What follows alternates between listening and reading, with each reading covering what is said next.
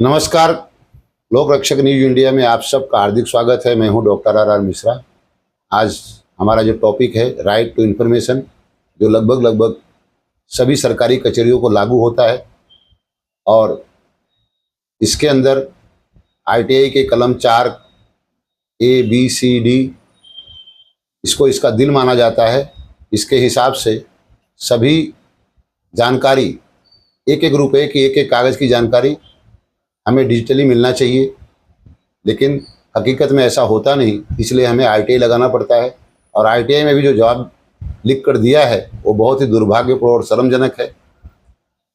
PD के अनेक्षर ए और अनेक्षर B के बारे में ना तो हमारे कार्यपालक इंजीनियर सिंचाई विभाग, जो हमारे किसानों के लिए और हमारे नागरिकों की पानी की सुविधा के लिए अति महत्वपूर्ण कार्यालय है, और उनके अधीक्षक इंजीनियर भी अनेक्षर ए अनेक्षर बी होता क्या है उनको भी पता नहीं है। इसके बारे में आप पूरी वीडियो देखें और श्रमिकों के लिए हम एक अलग से फिर से वीडियो बनाएंगे। इस वीडियो को अंत तक देखें। आज हम भारत के सूचना का अधिकार यानी आरटीआई एक्ट के एक ऐसे हिस्से को समझेंगे जो बहुत पावरफुल है, लेकिन जिसके बारे में ज्यादा बात नहीं होती। ये वो हिस्सा है जो सरकार और नागरिकों के बीच के रिश्ते को पूरी तरह बदलने की ताकत रखता है। कभी ऐसा महसूस हुआ है कि सरकारी फैसले कैसे और क्यों लिए जाते हैं, इस बारे में हमें कुछ पता ही नहीं चलता? ऐसा लगता है ना कि सब कुछ बंद दरवाजों के पीछे हो रहा है। बस इसी समस्या को सुलझाने के लिए आरटीआई कानून बनाया गया था, और इस समाधान का जो दिल है वो है सेक्शन 4। ये कानून का वो हिस्सा है जो कहता है कि सरकार को किसी के पूछने का इंतजार नहीं करना चाहिए, उसे खुद अपनी तरफ से जानकारी पब्लिक करनी चाहिए। इसीलिए तो इसे आरटीआई का हृदय भी कहते हैं। तो आज के इस सफर में हम क्या क्या जानने वाले हैं?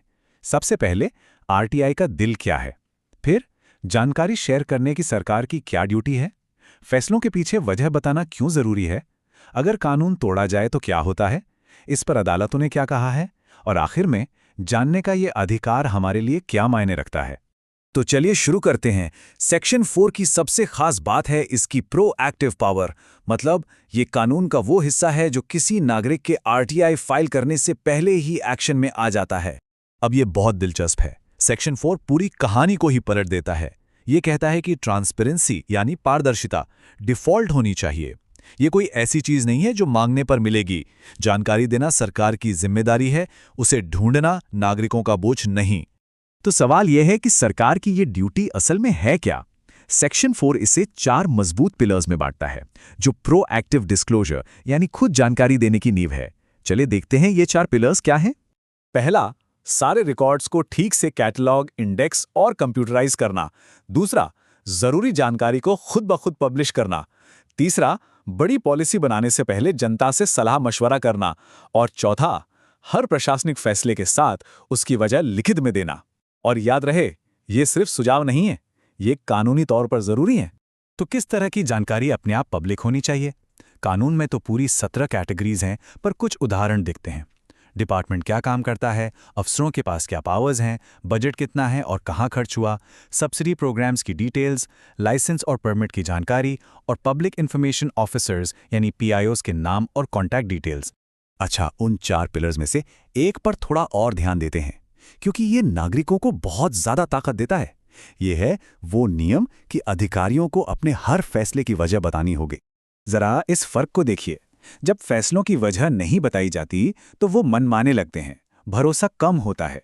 लेकिन जब वजह बताई जाती है, जैसा कि सेक्शन 4(1)D कहता है, तो फैसले तर्कसंगत और पारदर्शी लगते हैं। इससे जवाबदेही बनती है, भरोसा बढ़ता है, और सबसे जरूरी, आपको उस फैसले को चुनौती देने का एक कानूनी आधार मिलता है। लेकिन क्या होता है जब सरकारी विभाग इन नियमों को नजरअंदाज कर देते हैं? क्या कानून में इसके लिए कोई सजा है? जी हां, बिल्कुल है। सेक्शन 4 का पालन ना करने के गंभीर नतीजे हो सकते हैं। सबसे पहली और सीधी कार्रवाई है जुर्माना। अगर कोई अधिकारी जानकारी देने में देरी करता है या मना करता है, तो उस पर हर दिन के हिसाब से 250 रुपए का जुर्माना लग सकता है, और ये जुर्माना बढ़ते बढ़ते 25,000 रुपए तक जा सकता है। तो समझने वाली बात यह है कि ये कोई छोटी मोटी रकम नहीं है, ये एक बड़ा फाइन है जो सीधा उस अधिकारी पर लगता है जो जिम्मेदार है। लेकिन बात सिर्फ पैसों पे खत्म नहीं होती। अगर कोई अधिकारी जानबूझकर कानून तोड़ता है तो सेक्शन 22 के तहत उसके खिलाफ डिपार्टमेंटल एक्शन की सिफारिश हो सकती है, जिसमें सस्पेंशन तक शामिल है। और इससे भी बड़ा कदम, नागरिक आर्टिकल 226 या 32 के तहत सीधे हाई कोर्ट या सुप्रीम कोर्ट में रिट पिटिशन भी फाइल कर सकते हैं। और ये सब सिर्फ कानून की किताबों में लिखी बातें नहीं हैं। भारत की अदालतों ने बार बार सेक्शन 4 के महत्व और इसकी ताकत को दोहराया है। उनके फैसलों ने इस कानून को और भी मजबूत बनाया है। बहुत पहले state of UP versus Rajnarayan case में ही सुप्रीम कोर्ट ने यह साफ कर दिया था कि जानने का अधिकार एक मौलिक अधिकार है, एक फंडामेंटल राइट है। यही आरटीआई एक्ट की संवैधानिक नींव है। और ये लाइन तो सब कुछ कह देती है।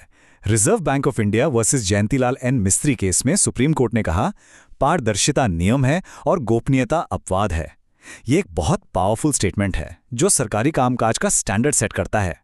हाई कोर्ट्स ने भी इन सिद्धांतों को और पुख्ता किया है। उन्होंने साफ कहा है कि वेबसाइट पर जानकारी न डालना सेक्शन 4 का सीधा उल्लंघन है। और सबसे जरूरी बात, उन्होंने ये भी साफ किया है कि ऐसे मामलों में जुर्माना लगाना अनिवार्य है। ये कोई ऑप्शन नहीं है जिसे अधिकारी चाहें तो लगाएं या ना लगा। तो इन सारी बातों का एक आम नागरिक के लिए क्या मतलब है? चलिए सब कुछ जोड़कर देखते हैं कि ये अधिकार हमें असल में कितनी ताकत देता है। कुछ कानूनी सिद्धांत हैं जो हमें हमेशा याद रखने चाहिए। सेक्शन 4 आरटीआई कानून का दिल और आत्मा है। पारदर्शिता ही नियम है, गोपनीयता सिर्फ एक अपवाद है और सरकारी विभाग जवाबदेह है। ये सिर्फ विचार नहीं बल्कि कानून से मिले हुए सिद्धांत हैं। आखिर में सेक्शन 4 हम सबको ताकत देता है।